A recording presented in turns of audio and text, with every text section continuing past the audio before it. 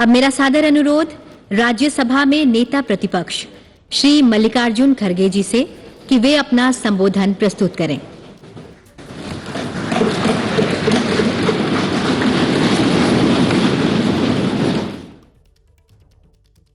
Honorable Vice President of India, Honorable Prime Minister, Honorable Speaker Lok Sabha, Honorable Leader of the Rajya Sabha, Honorable Sri Adiranjan Chaudhary ji, Honorable Minister of Parliamentary Affairs, Honorable Members of Parliament and all the respected leaders. We have all gathered here today to commemorate the rich legacy of the Parliament of India in this historic Central Hall. When we talk about Indian parliamentary heritage, the hallowed precinct of this Parliament House and the Central Hall, where we have gathered today, hold a very special significance. The Constitution of India is the bedrock of Indian democratic polity. It is in this very Central Hall that the Constituent Assembly held its sittings from 1946 to 1949, spanning a period of 2 years, 11 months, and 17 days.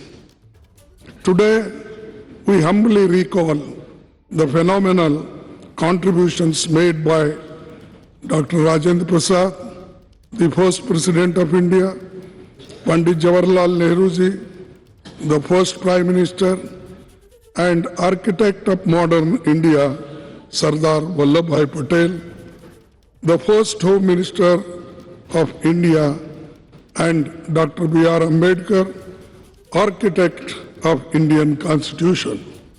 It is also an occasion to recall with gratitude the contributions of Sri G.V. Malvankar, Dr. Sarvapalli Radhakrishnan, and also acknowledge the collective contribution by members of the Constituent Assembly, Provisional Parliament, and first and all subsequent Lok Sabha.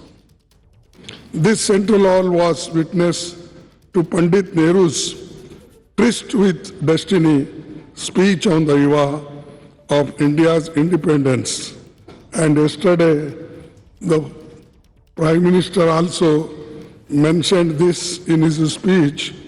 I am thankful to you because you remembered this historic speech on this yesterday's occasion.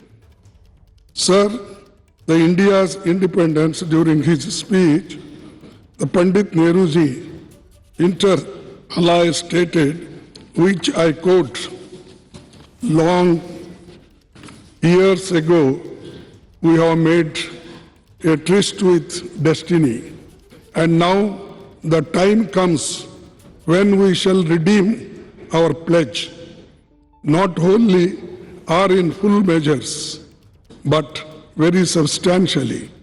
At the stroke of the midnight hour, when the world sleeps, India will awake to life and freedom.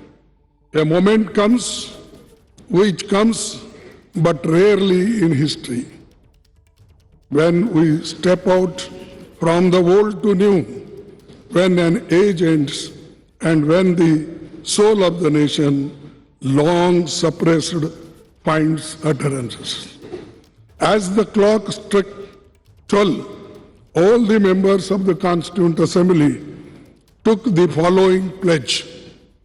At this solemn moment, when the people of India, through suffering and sacrifices, have secured freedom, I, a member of the Constituent Assembly, do dedicate myself in all humility to the service of India and her people to the end that this ancient land attain her rightful and honored place in the world and make her full and willing contribution to the promotion of the world peace and the welfare of the mankind. These words spoken on the day of this historic speech of Pandit Jawaharlal Nehru ji. I wish to emphasize at this juncture that this is all due to the collective and dedicated effort by parliamentarians cutting across the party lines over the past 7.5 decades. This rich legacy has formed a strong foundation for India's growth as a powerful democratic nation. Every nook and corner of the Parliament House has witnessed the evolution of our parliamentary democracy over the past 75 years. As we bid adieu to the Parliament House and move to the new Parliament building today, I am overwhelmed with emotions and tinge of pathos.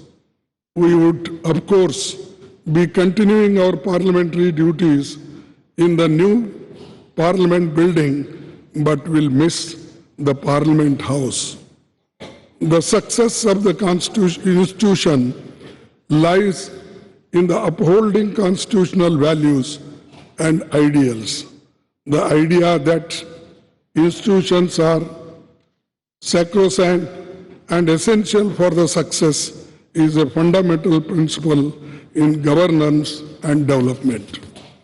We should commit ourselves to adhere to and preserving the constitutional values and parliamentary traditions as the country moves ahead in effectively performing parliamentary duties and in our endeavors for the growth of our nation.